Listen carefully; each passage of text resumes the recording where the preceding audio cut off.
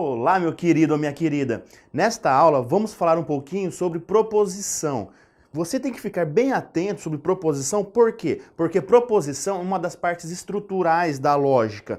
E com ela você consegue resolver diversos problemas. Mas para isso você tem que seguir algumas regras. E é isso que eu vou estar falando aqui para vocês nesta aula. Então, basicamente, vamos iniciar com o seguinte. O raciocínio lógico não é aquele que você acha que consegue resolver.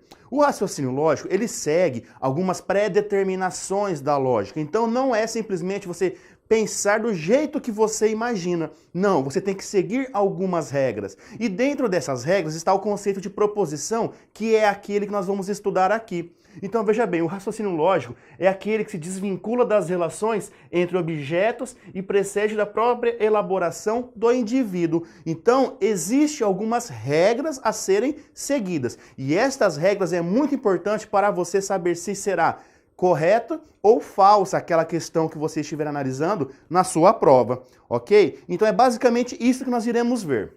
Bom, então, o que o conceito de proposição ele nos diz? Ele diz o seguinte, a ideia de proposição é a seguinte, todo conjunto de palavras ou símbolos que expressam um pensamento ou uma ideia de sentido completo, ou seja, podemos atribuir um valor verdadeiro ou falso.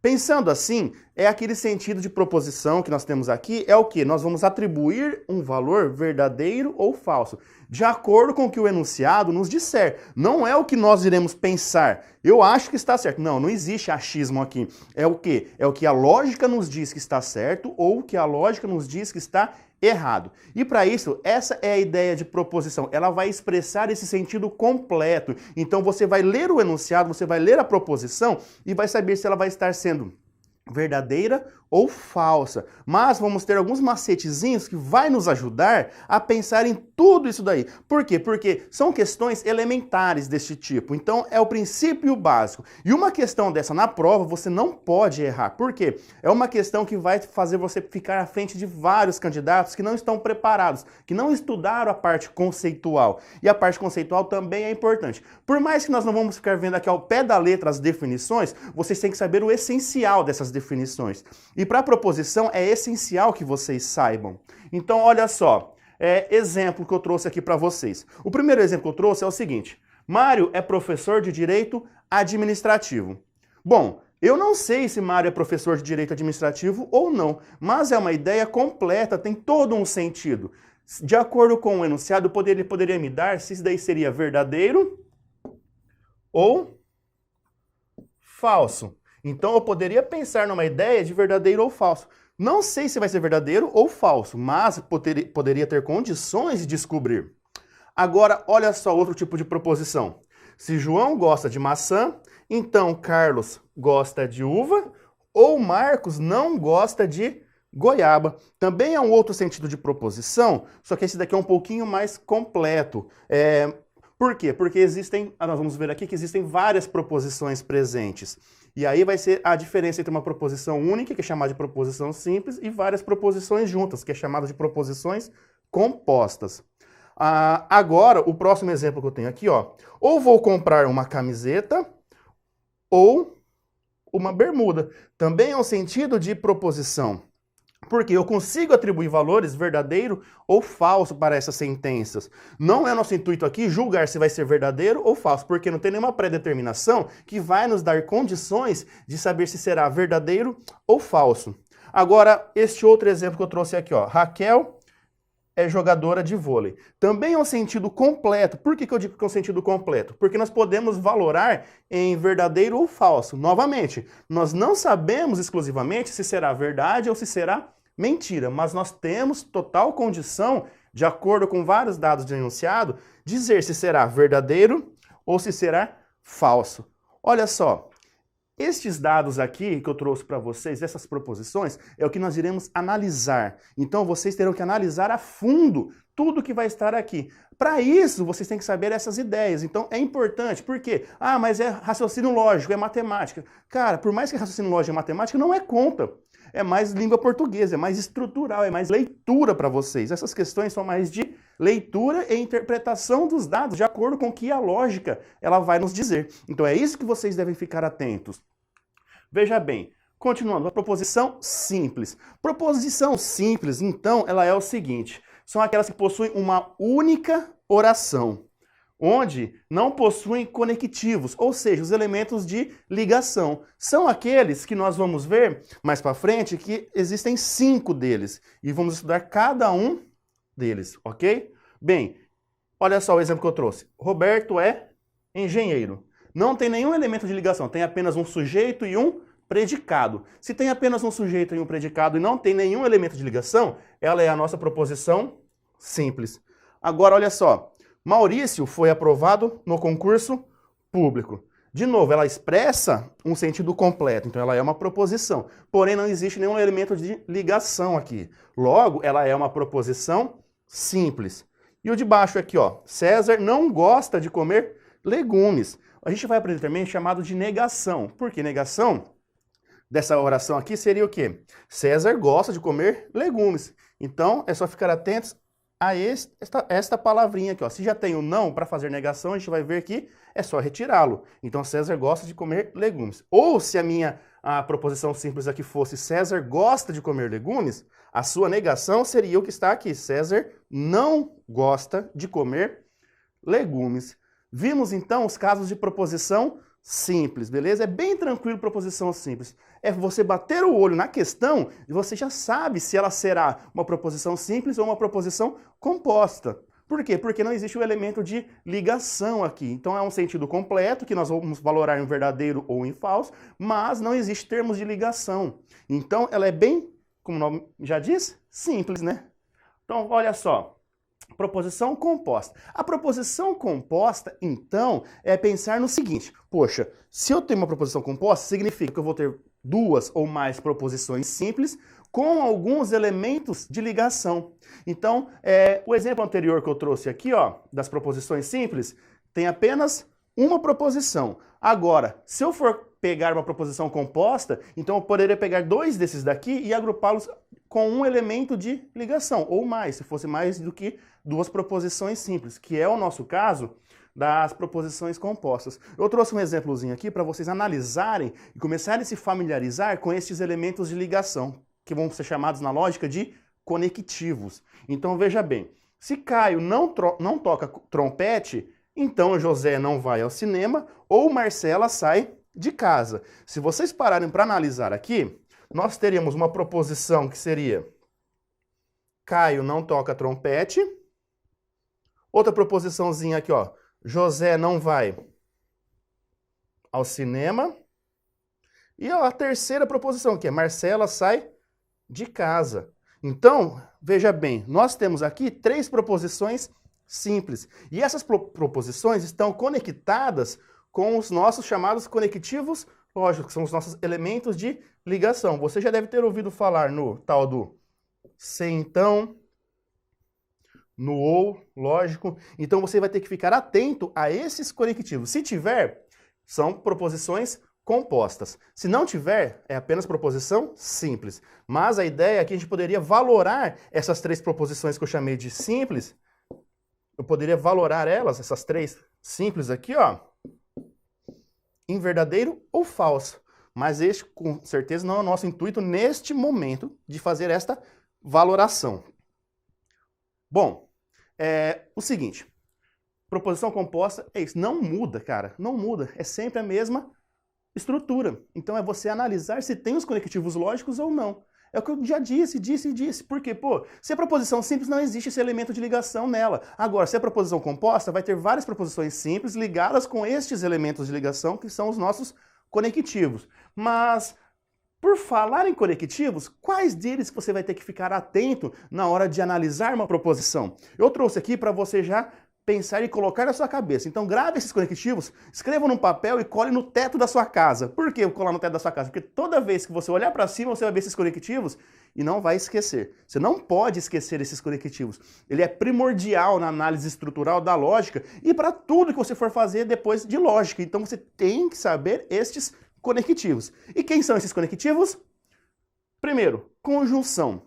É o tal do isto e aquilo. Então, esta palavrinha aqui, ó, e, você tem que ficar atentos que ela é uma conjunção, é um elemento de ligação. Por exemplo, Mário é professor de matemática e João é médico. É o quê? Uma proposição composta, porque eu tenho Mário é professor de matemática, o conectivo e, João é professor de lógica. Então são duas proposições simples ligadas por conectivo e da conjunção. O próximo é a disjunção inclusiva, também chamado de disjunção simples. É o tal do ou. Você é acostumado a ver como ou. Ah, professor, mas tem que gravar esse nome de disjunção inclusiva, disjunção simples? É bom, mas se você saber que ele é o ou lógico, já é meio caminho andado, tá bom? Então é o tal do isto ou aquilo. A mesma proposição composta que eu usei anteriormente no exemplo, eu vou citar agora, só que trocar o e pelo ou. Então, Mário é professor de matemática ou João é médico. Olha só, troquei apenas o e pelo ou, mas na nossa lógica, na hora de analisar essas duas proposições, a gente vai ver que elas pode ter sentidos diferentes. A resposta pode ser que seja diferente, não é necessariamente igual os dois valores, o resultado disso daí. A gente não vai poder afirmar se vai ser verdadeiro ou se vai ser falso. Temos que analisar todo o contexto da nossa lógica.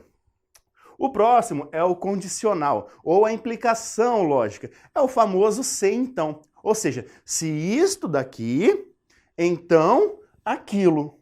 Então é você ficar ligado se vai ter este elemento de ligação. Se isto ou aquilo. Ou seja, se isso daqui acontece, então implica que aquilo vai acontecer. Então é isso que é importante que você fique bem atento na hora de analisar uma afirmação, uma oração, ver se tem este conectivo. O próximo conectivo é o bicondicional.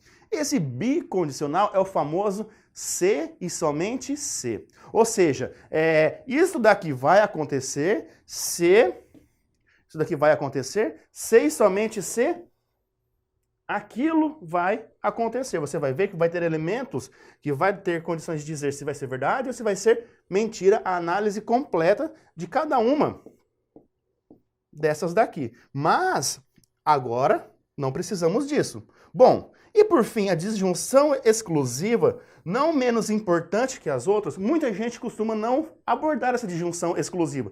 Só que, cara, eu vou falar um negócio para você. Ela cai de balde nas provas de concurso, que é o famoso ou isto ou aquilo. Você na sua vida, você já se deparou diversos momentos que fala de ou isto ou aquilo. Pensa quando vocês iam no supermercado com a mãe de vocês. Poxa, ela não fala, moleque, ou você compra esse suquinho aí que tem várias coisas ruins, ou você compra aquele chocolate lá que não tem nada de chocolate, é só aquela gordura vegetal hidrogenada. Mas é o famoso ou isto ou aquilo. Ou você faz isso, ou você faz aquilo. Veja bem, estes 5 conectivos que eu trouxe aqui para vocês é para fazer os elementos de ligação para proposições simples ou para proposições compostas. Ou seja, você pega simples e coloca os elementos de ligação e gera as nossas proposições compostas, que aí fica bem tranquilo de estar trabalhando com as compostas. Se você lembrar desses elementos que são mamão com açúcar daqui, hein, ó. Bom, princípios. Vamos falar de princípios. A lógica ela tem 3 princípios elementares, 3 princípios primordiais, que são fundamentais que vocês sabem. Pode parecer meio tonto na hora que a gente for ler, mas, cara, de tonto isso daqui não tem nada. O primeiro princípio da lógica é o princípio da identidade. O que esse princípio da identidade ele vai nos dizer? Uma proposição verdadeira é verdadeira. Uma proposição falsa é falsa. O que isso daí significa? O que significa eu dizer isso daí? Uma proposição, ela não pode ser verdadeira no momento e depois ela se tornar falsa. Então, se você está falando que aquilo lá é verdadeiro, ele é verdadeiro hoje, ele é verdadeiro amanhã e foi verdadeiro ontem. Não tem como, em um momento da vida, ser verdadeiro e em outro momento aquilo ser falso. Não tem como. Se é verdadeiro, vai ser sempre verdadeiro. O mesmo ocorre para o falso. Se é falso, vai ser sempre falso. Não vai ter condição de ser verdadeiro e falso. Num momento ela vai ser verdadeira e no outro momento ela vai ser falsa. A lógica não fala isso. Matemáticos são bem centrados no que eles dizem. Se eles dizem algo para vocês, cara, isso daí vai ser para sempre, tá bom? Então fiquem ligados nisso daí. Bom, então o princípio da identidade, bem tranquilinho. O próximo é o princípio da não contradição. Vamos ver o que o princípio da não contradição nos diz. Olha só, nenhuma proposição pode ser verdadeira e falsa ao mesmo tempo. Então, cara, presta atenção. Nenhuma proposição pode ser verdadeira e falsa ao mesmo tempo. E o que isso daqui significa para nós? Olha, essa não contradição é assim. Não posso falar, isso aqui é verdade. Aí outra pessoa fala, isso daqui é mentira. Aí outra pessoa fala, não, mas isso daqui é verdade. Não, você não pode pensar desta forma. Por que você não pode pensar dessa forma? Porque a regra é clara. Ou ela é verdadeira, ou ela é falsa. Então, nunca ela vai poder ser verdadeira para você e falsa para uma outra pessoa. Ou é verdadeira para todo mundo, ou ela é falsa para todo mundo. Veja bem, suponha o seguinte, eu sou professor de raciocínio lógico, meu nome é Mário. Então, fala, Mário é professor de raciocínio lógico. Para mim isso é verdade, para você isso é verdade, para fulano isso é verdade, para ciclano isso é verdade. Então sempre vai ser verdade, tá? Então isso daqui não vai ser verdade para mim e mentira para você, e falsidade para você. É tudo verdade. E é isso que vocês têm que ficar atentos para pensar em lógica, tá bom? Olha só, o terceiro princípio é o princípio do terceiro excluído. Então, o que esse terceiro excluído ele nos diz? Uma proposição ou será verdadeira ou será falsa. Não há outra possibilidade. Vamos analisar esta situação, então, do princípio do terceiro excluído. Olha só, ou será verdadeira ou será falsa. Não existe a terceira possibilidade, por isso que é o terceiro excluído. Então, veja assim, verdade e mentira. Então nós vamos analisar sempre uma situação com duas opções, ou verdade ou mentira. Nunca uma terceira opção. Ou seja, não existe uma meia verdade. Você já ouviu falar que existe meia verdade? Não, ou é verdade ou é mentira. Não pode ter meia verdade, não existe isso. Mas uma amiga minha me falou uma meia verdade. Não, ela não falou uma meia verdade. Ou ela falou uma verdade ou ela falou uma mentira. Caso contrário, ela está te enganando. Então veja bem, verdade, mentira, só. Não existe outra situação. Coloca isso na sua cabeça. Não existe jamais. Certo? Agora, vamos falar um pouquinho sobre sentenças abertas. Estas sentenças abertas é vocês pensarem no seguinte. Não podemos atribuir um valor lógico para elas quando acontecer o seguinte. Verdadeiro ou falso, certo? Porque o valor lógico ou vai ser verdadeiro ou vai ser falso. Essas frases são frases interrogativas, exclamativas, imperativas e sem sentido. Eu costumo brincar com meus alunos que vocês têm que tirar o peso das costas de vocês. Porque não carregue esse peso para vocês. Por que não carregar esse peso? Peso, P, pergunta, E, exclamação, S, sem sentido, e O, que é uma ordem, ou seja, é no imperativo. Então, veja bem, se você está falando o seguinte, ô moleque, isso daí não é uma sentença que a gente pode atribuir um valor verdadeiro ou um valor falso. Não. Agora, se eu falo para você o seguinte, ó, vai chover? Vai chover é uma interrogativa. Então, olha só, novamente, isso aqui não é uma sentença que a gente pode valorar em verdadeiro ou falso. Agora, se eu estivesse afirmando isso, ó, ou seja, não tivesse o ponto de interrogação, tivesse o ponto de exclamação. Vai chover. Eu estou te afirmando que vai chover. Também não posso o quê? Valorar isso em verdadeiro ou em falso. Então, isso aqui também é uma sentença aberta. Então, lembra sempre do peso que você tem que tirar de você. Nunca carregue esse peso. Olha só. Sentenças abertas, então, é aquelas, porque por mais que seja uma oração, assim, sei lá, ela não vai te dar um valor lógico verdadeiro ou falso. Você não consegue atribuir um valor lógico verdadeiro ou falso. Porque lembra do terceiro excluído? Ou é verdadeiro ou é falso. Nunca vai ter duas opções para seguir. Exemplo que eu trouxe para vocês sobre essas sentenças abertas. Veja bem. Olha, unicórnio. Cara, você pode valorar isso daí verdadeiro ou falso? Professor, unicórnio nem existe? Quem falou que não existe? Olha só, unicórnio voador. Olha o que eu tenho no final dele. Um ponto de exclamação. Lembra-se do peso? Peso, exclamação, exclamativa. Então, não é uma proposição, não é uma sentença fechada. Que dia é hoje? Que dia é hoje? Isso daí é verdadeiro ou isso daí é falso? Eu estou fazendo uma pergunta para você. Se eu estou te fazendo uma pergunta, você tem um ponto de interrogação? Bom, se tem um ponto de interrogação, não é uma sentença fechada. Eu não consigo atribuir o valor lógico verdadeiro ou falso. Próximo. Vai dormir, moleque. De novo, eu consigo atribuir um valor lógico verdadeiro ou falso para isso daí? Não, eu não consigo atribuir o valor lógico verdadeiro ou falso. O próximo. O cavalo do meu primo é vermelho. Gente, isso daí dá um duplo sentido. Se isso daí está te dando um duplo sentido, você não consegue atribuir valor lógico verdadeiro ou valor lógico falso. O cavalo do meu primo pode ser o cavalo animal ou pode ser que eu chame meu primo de cavalo. Indiferente. Então, isso aqui dá um duplo sentido. Então, não é uma sentença fechada. Isso daqui que causa muita confusão na hora que você for resolver questões.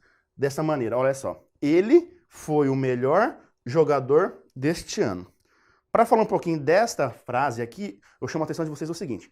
Ele. Você sabe quem que é ele? Eu não sei. Se eu não sei quem que é ele e você não sabe quem que é ele, a gente não pode atribuir um valor lógico verdadeiro ou falso. Isso daqui é uma pegadinha que eles colocam demais em provas, onde cobram se é proposição ou não as orações que eles dão.